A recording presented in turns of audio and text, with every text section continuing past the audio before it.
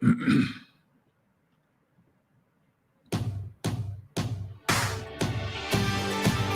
to you by Dale Carnegie of Orange County. This is the 411 on Leadership podcast, where we discuss common sense leadership practices with executives in Southern California to transform you into the leader people want to follow. And this is the 411 on Leadership podcast, and we are live. Granted, Facebook doesn't go crazy on us if we don't all go down in flames. Lose all the social media. Exactly. I'm Steve Thomas, and to my left, as always, is John Campbell. And again, John, how is everything going this morning, and who brings this podcast into being? Man, we're excited to be back together with you again live on another Monday, Steve. And, Yes, sir. and, you know, Dale Carnegie always brings such great insights to us, and we are able to distribute this information to you because of Sitch Radio. Sitch Radio is an amazing podcast platform. Please make sure that you check the show notes. Reach out to Brian, the producer of our show, because he will get you set up, allow you to communicate your message and your story to your community. Steve, how was your weekend, sir? Weekend was good. Tried doing something a little bit differently, so I hope it translates into how this week goes, but it's going to be great. By the way, this is an interactive podcast, and so if you have any comments or please feel free to let us know. For our guest, if you have any questions, go ahead and put that in the chat. We will make sure that we acknowledge those comments and acknowledge those questions. So really excited about moving forward in our new series of podcasts. So this is our, if you want to call it seasons, I guess this would be maybe season 3, if you want to call it that. So this is the start of our new series, and we've entitled this series as we look at this past year, actually this past 18 months, to be honest with you. We call it Success, Failures, and Lessons Learned in 2021. And what? There's no failures, Steve. Are you serious? Of course, we've got to be honest. We got to be honest. The important thing is that we learn from those failures and we do great things moving forward. So in honor of the NFL season, we want to call this the SFL, all right? The SFL 2021. And today we're going to be focusing on the lesson of trust. And the guest that we have today, we're really excited for this particular guest. His name is Ed Horton. He is the managing partner of the Sales Performance Group. He specializes in developing and implementing sales strategies that deliver faster growth, higher profitability, and improved sales results. With over 27 years in executive management leadership, he's worked and led companies in the $5 to $50 million range, as well as multinational organizations.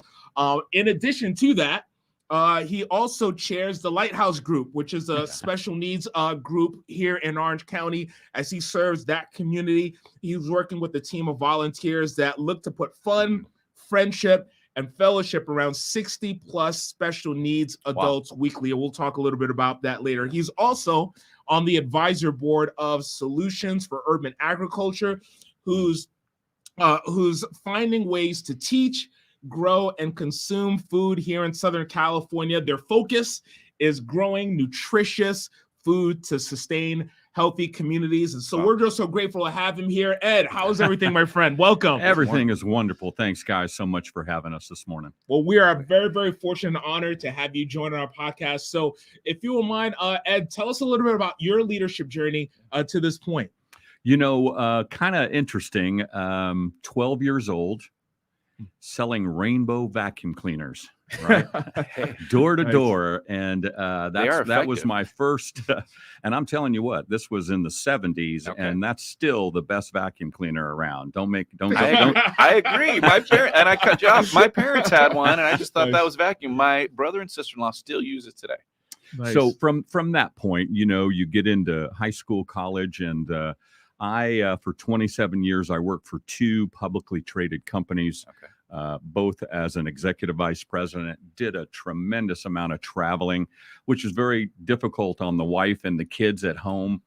So I then started a couple of businesses and just feel like I have the successes and the failures to be able to now, I had some colleagues urge me. And about 1.5 years ago, I started the Sales Performance Group. And now I'm going back into small and medium-sized businesses that are consequently going through a very difficult time because of COVID with respect to revenue and sales. So we go in, do our discovery, look at metrics, onboarding, CRM, everything that it takes to get everybody back on track. And so it's been a very, very busy time, and we are blessed to have this opportunity. Most of my clients are in Orange County. Okay. Awesome. So, we've talked a lot. Everybody that's listening has experienced this major transition over the last, let's call it 2 years, because just of the impact of what our national global environment is, we're dealing with the effects of COVID-19 and going forward, all the different, whether it's regulations, it's impact on staffing.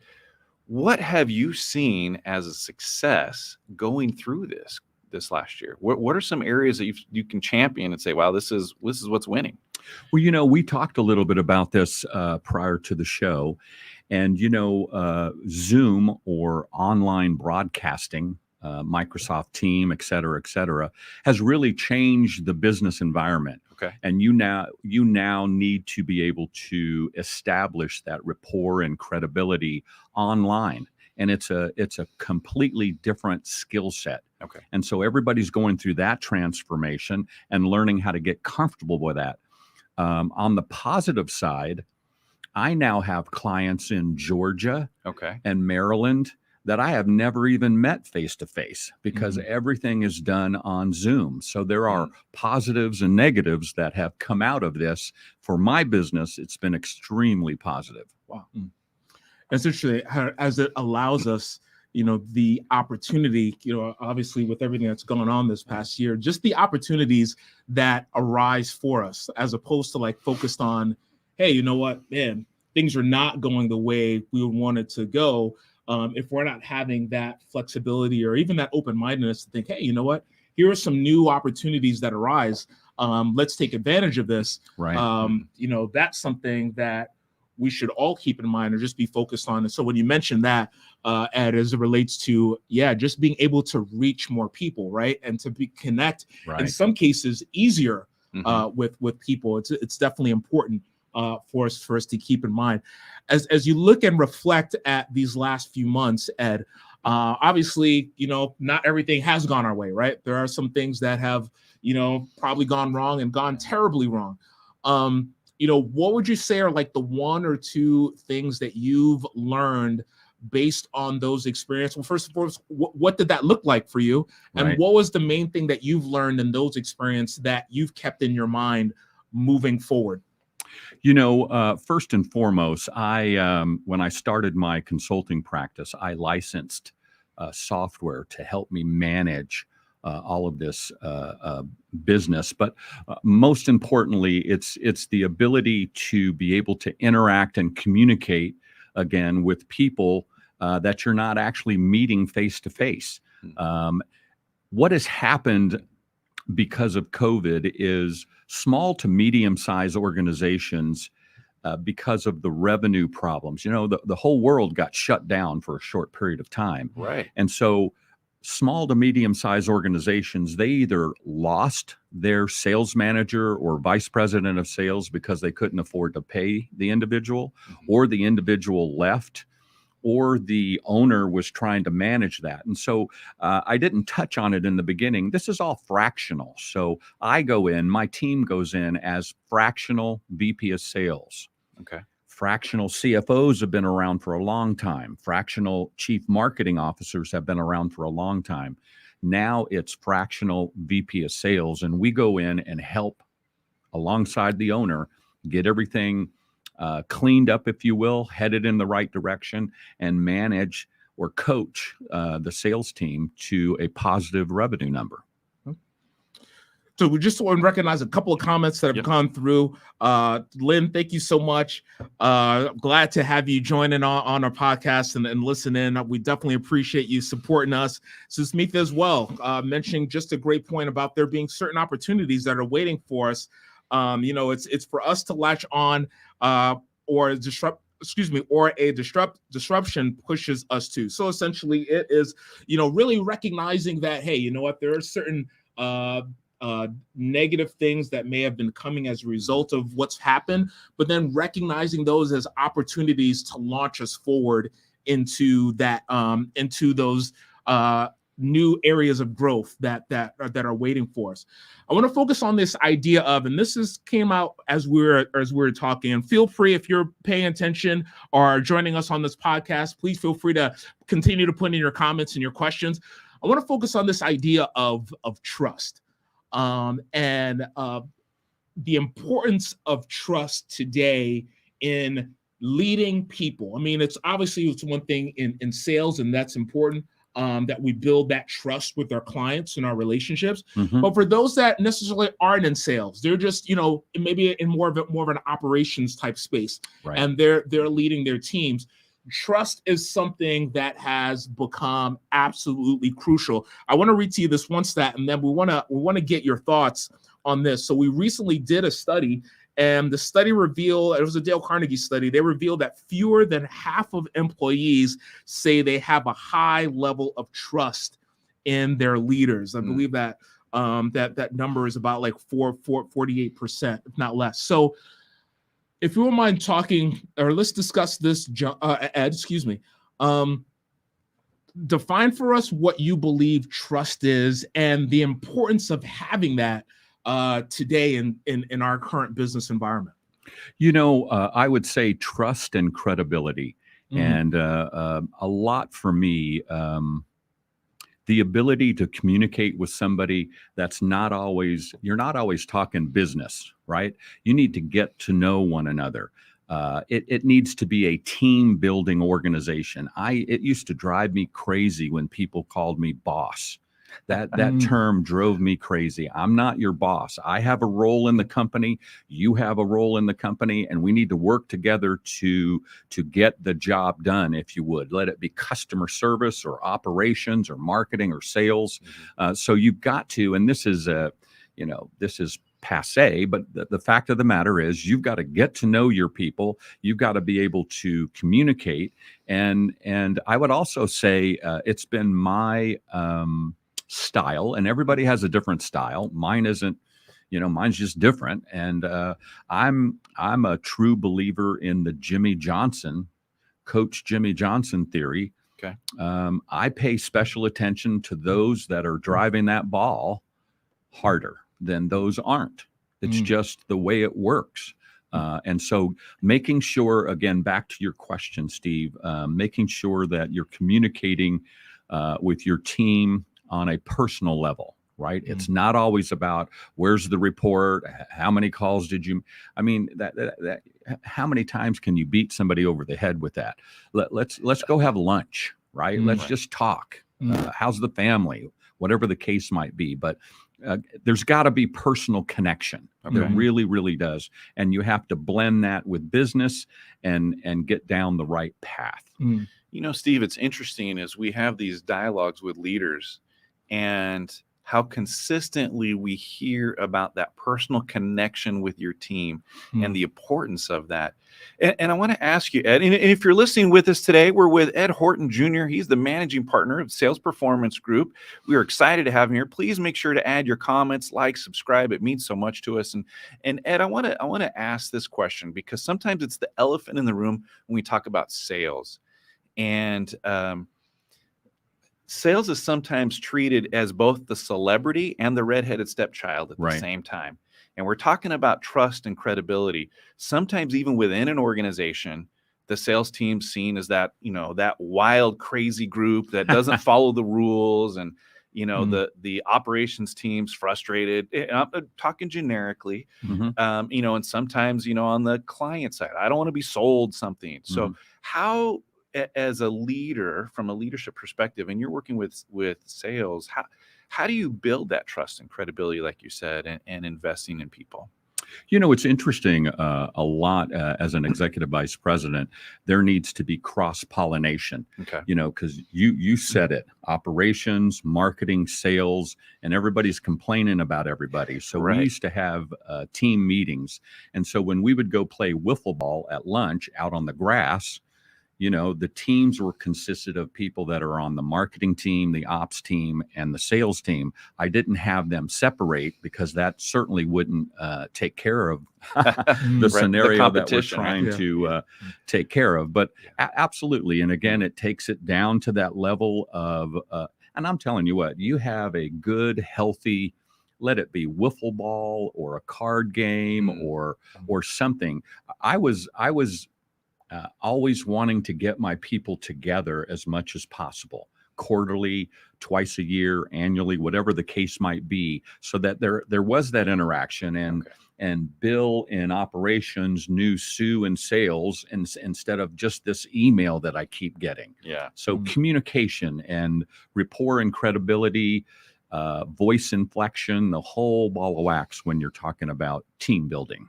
That's awesome. There's that concept of the friends in the foxhole. When you're battling side by side with somebody, as opposed to what feels like against them, to build those connections. So that's important, as you said, to those cross-functional team building experiences to get those teams together. Absolutely. And definitely you're building that trust if you're talking about, as we're dealing with clients, and that's so important. That we keep in mind. I thought another Dale Carnegie survey popped up and says, 71% of people rather buy from salespeople they trust, rather than someone that would give them the lowest price. Right. So we see the importance of establishing trust, with our clients. But then you mentioned something else in terms of like the dynamic of, sales operations. Typically, I would say, generally speaking, it could be at odds because, for some form or reason, maybe sales promises something and operations like, I don't think we can do that. But then if we're talking about working effectively together, there needs to be that trust and that credibility within teams as opposed to working with your clients. Interesting story that came in my mind, which when we're talking about the importance of trust, especially now, and also credibility, which is a huge portion of that, is a recent story of Urban Meyer and the Jacksonville Jaguars. And, on the surface, if you look at what he did on the surface, and for those that are listening, if you don't know what we're talking about, Urban Meyer was just found in a compromising situation. You can go ahead and Google Urban Meyer, Jacksonville Jaguars. I guarantee you will pop up. But if you look at it face value, what he did, if you look at it, okay, it wasn't that bad per se, what he did. As it relates to, him going and, going to a place where I think he owns a restaurant and doing that. If you look at the surface, you don't know anything about football, don't have any context, you may not think it's too bad other than the picture you saw with the young lady. However, one of the things that Urban Meyer had told his team was he was always telling his team, hey, don't find yourself in uncompromising situations because this will have an effect on the whole team. And so for him to do just that definitely has eroded the trust that the team has in him. It's a debate whether people think he should be fired or not. That's not what we're not here to do that. However, the idea there is that credibility and integrity goes a long way as it relates to helping to maintain that trust. What are your thoughts on that, Ed? Absolutely agree. And any credibility that he built from the point he was hired through training camp, et cetera, any credibility that he built got lost, got killed in that one instance. And you just can't expect your team to play by one set of rules and I get to play by a different set of rules. It just, from a credibility standpoint, if you're in a dictatorship kind of, that's different. But if you're trying to build a team environment, he lost, and he knows it. He knows he did wrong, and now he's got to go right back to the bottom of the ladder and try to work that credibility. And whether or not he could ever gain that back or not is yet to be determined. Consequently, that ended up in a loss, which, if you think about it, if we lose trust, there is going to be a loss. There's loss of that credibility. Yeah, go ahead. Yeah, no, and it's from a leadership learning perspective, it gets us a chance to look at that and say, as a leader, sometimes we have to hold ourselves to an even higher standard because our acceptable behavior can can impact us, right? We might be able to do something, but should we? Should we be in that situation? So if we hold ourselves to a little bit higher standard to maintain that credibility and not put ourselves in a compromising circumstance, because it impacts us individually and our leadership and on an organization, as you said, the organization that has suffered because of that. So we all make mistakes. Right. We're called to forgive. Yeah. He just needs to start all over again and see if he can gain that back. That's one thing that I feel that we could do better at, even as a society, is the reestablishment process, right? Mm-hmm. Allowing someone to work through and to make amends for mistakes and getting ahead. And that applies to so many different things, Mm-hmm. but it is huge to get back to that level of trust and credibility, as we're talking about, as a series of events, as we're facing challenges this last year. People stepped in some big pitfalls this last year, and some of them they weren't able to recover from, and some have been able to take that step and come back. Don't throw stones if you live in a glass house, right? Mm-hmm. And I've made enough mistakes in my life, and I'm not judging anyone. I'm just praying for him, and hopefully he can get through that. Mm-hmm. Right? Awesome. We've got a couple questions. If you want to go ahead and John, sure. read that out, if you wouldn't mind, from Susmitha. Thanks so much for supporting us. So in talking about fractional leadership, she thanks you for that comment and says, in a fractional situation that has a timeline built in, do you build that trust throughout, or do you set aside some time to first do the team building and then build the trust from there? And if so, do you build that into your timeline too, or how do you sell the idea to a stakeholder? Boy, there's a lot in there. There is a lot. How much time do we have on the show? But we appreciate the question. Anyway, how about those Jacksonville Jaguars? Yeah. No, great question, and thank you so much. It has to start with rapport and credibility. That has to get established first before you can do the overall team building. So what we do on a fractional basis, and it's not one size fits all. We go into organizations. We meet with the leadership team of that organization. We do what is called discovery, and finding out where the pieces and parts lie. Some are good, some need help, so on and so forth. And so once we get through with that due diligence or discovery process, then we start building that trust and rapport and credibility. And it takes time. I think, again, there are a number of businesses specifically here in Orange County that are struggling. And it's just not a fix that's going to happen in a week, because it takes time to get in and understand the dynamics of why it is in the situation that it's in. But yes, to answer, it was a young lady. Mm-hmm. To answer her question, you have to build that trust and credibility first, and then slowly but surely the team will all come together. One of the things, and I apologize to you, and Ed, you can let me know, we found effective because we worked on it through some of the processes that we worked on together through Dale Carnegie and working with clients, is asking permission in a lot of ways helps shortcut some of those, we call them kind of gates you're gaining. So when you're sitting, I've seen, and you can let us know, when you're in those environments, especially where it's a short timeline, and say, you know what, are you willing to allow me to, and gaining their approval early on in that process kind of helps set the tone for the dialogue. And in some sense, it puts you in a humble position.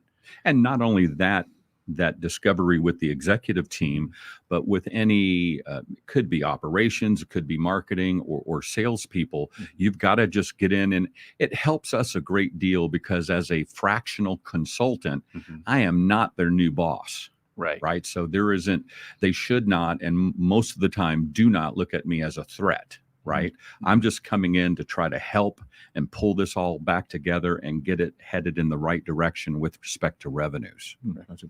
We're talking with Ed Horton Jr. He is part of the Sales Performance Group, and we've been talking about lessons learned from 2021, and we want to focus on the idea of trust. And so as we're wrapping this up, because in this type of environment, trust is huge, right? The ability to build trust. And by the way, if we're looking at specific strategies to help you do that, feel free to email us here. You can email myself, steve.thomas@dalecarnegie.com. You could visit us online or visit us on our webpage, the 411 on Leadership, or Dale Carnegie of Orange County. We want to give you specific strategies to help you build trust with your team, strategies that have worked long ago that still work today from Dale Carnegie himself. But as we're looking, in addition to that, as we're looking into this next week, Ed, what can leaders do today, whether they're working in sales, whether they're working with their teams and operations, whether they're building relationships with their clients?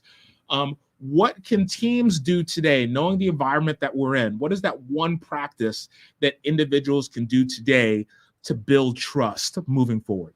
Well, great question, Steve. Thank you. I would say what I do is they need to understand. I need to understand where they're coming from, and they need to understand where I'm coming from to first see if there's a fit. Yeah. That being said, I buy a book for every one of my new clients. It's Traction by Gino Wickman, and it has those 6 prongs: vision, people, data, issues, processes, and traction. Can you say the name of the book again? It is Traction by Gino Wickman. Okay. And so I think it's a phenomenal read. It's for leaders. It's for people that are running their organizations, and something might be wrong. And these 6 spokes, if you just read that book and understand that foundation, it really helps them to understand where I'm coming from. And I want to help them in this book. EOS is another organization that we are partnered with. And so I just find that to be a great starting point with respect to an initial dialogue. Very cool. And one of the things that we appreciate that steps going forward. And we also want to take a moment before we close today to hear about some of those other areas where you provide leadership in the community. Do you mind sharing a little bit about? Absolutely. The Lighthouse Group is an organization, been around for 16 years now. And we provide a location every Monday at Coast Hills Church. We've got about 107 participants that range between the ages of 18 and 60. On a weekly basis, about 60 show up. And so we are just absolutely blessed to be able to bring this team together and have a great time once a year, although COVID created issues there. But we go up to Forest Home, which is a Christian-based retreat up in the mountains, and we take them up there for summer camp and whatnot. So we're looking to really grow that business. Our goal is to turn it into, the analogy would be a YMCA. So we want a building that has facilities where the parents can drop off these participants and know that they're safe, they're having fun, and they've got a place to eat, et cetera, et cetera. And consequently, this also gives the parents a little time to breathe. Yes, absolutely. The other one is Solutions for Urban Agriculture. Our annual fundraiser was at Tanaka Farms.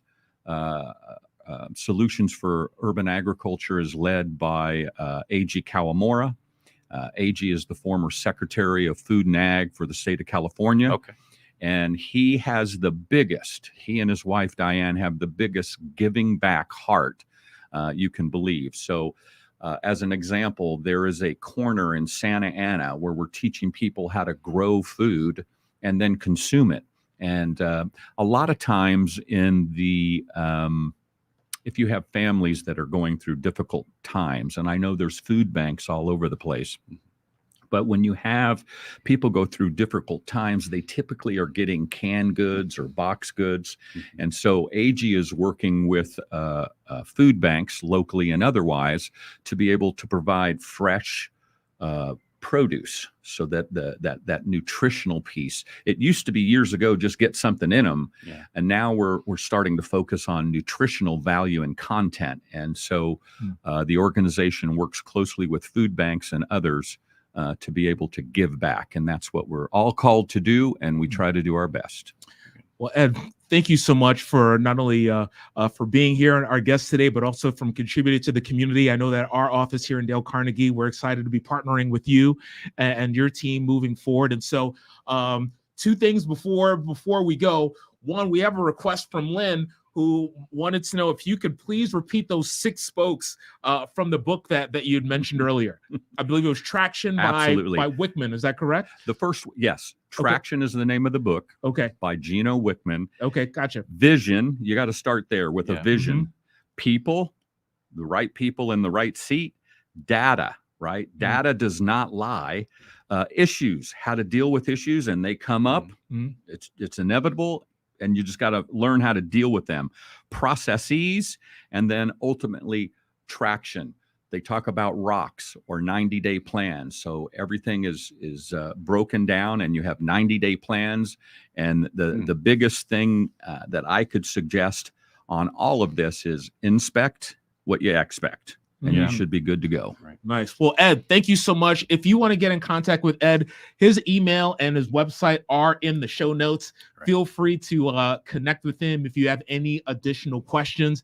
Ed, we want to say we're grateful to reach out to that you've joined us today. Also, if you are registered for this particular podcast, we want to send you a gift. When we're talking about building trust with our teams, we want to send you a golden book. And in this golden book are Dale Carnegie's 30 human relation principles to help you to build trust, gain your team's willing cooperation, and for you to lead effectively, as well as manage stress and worry. Right. We want to send that to you as a gift, as a way for you to continue to build trust within your teams. And so any final words from you, John? We appreciate, obviously, I always appreciate you. Final words, thank please. You. No, we just, we want to see our leaders grow and to take those next steps. We know that this year has been challenging. Some have succeeded abundantly, and we appreciate from so many of them, like Ed, sharing with us today areas of success and growing from failures and going forward. And Steve, appreciate you. And any other steps someone could take to invest in their own personal growth? Again, feel free to visit our website, our local office here, OCDaleCarnegie.com, where we have numerous solutions to help you and your team build that trust, secure that trust, maintain that trust, so that you're getting, so that your team is able to grow, bring in those additional revenues, grow your company culture, and really to be that employee of choice during this time of the Great Resignation. So we want to say thank you to you for joining us, and we look forward to having you join us next week as we continue our new series where we focus on the lesson of purpose. We've got a great guest for that. Remember, managers light a fire under people, while leaders light a fire in people. Have a great week.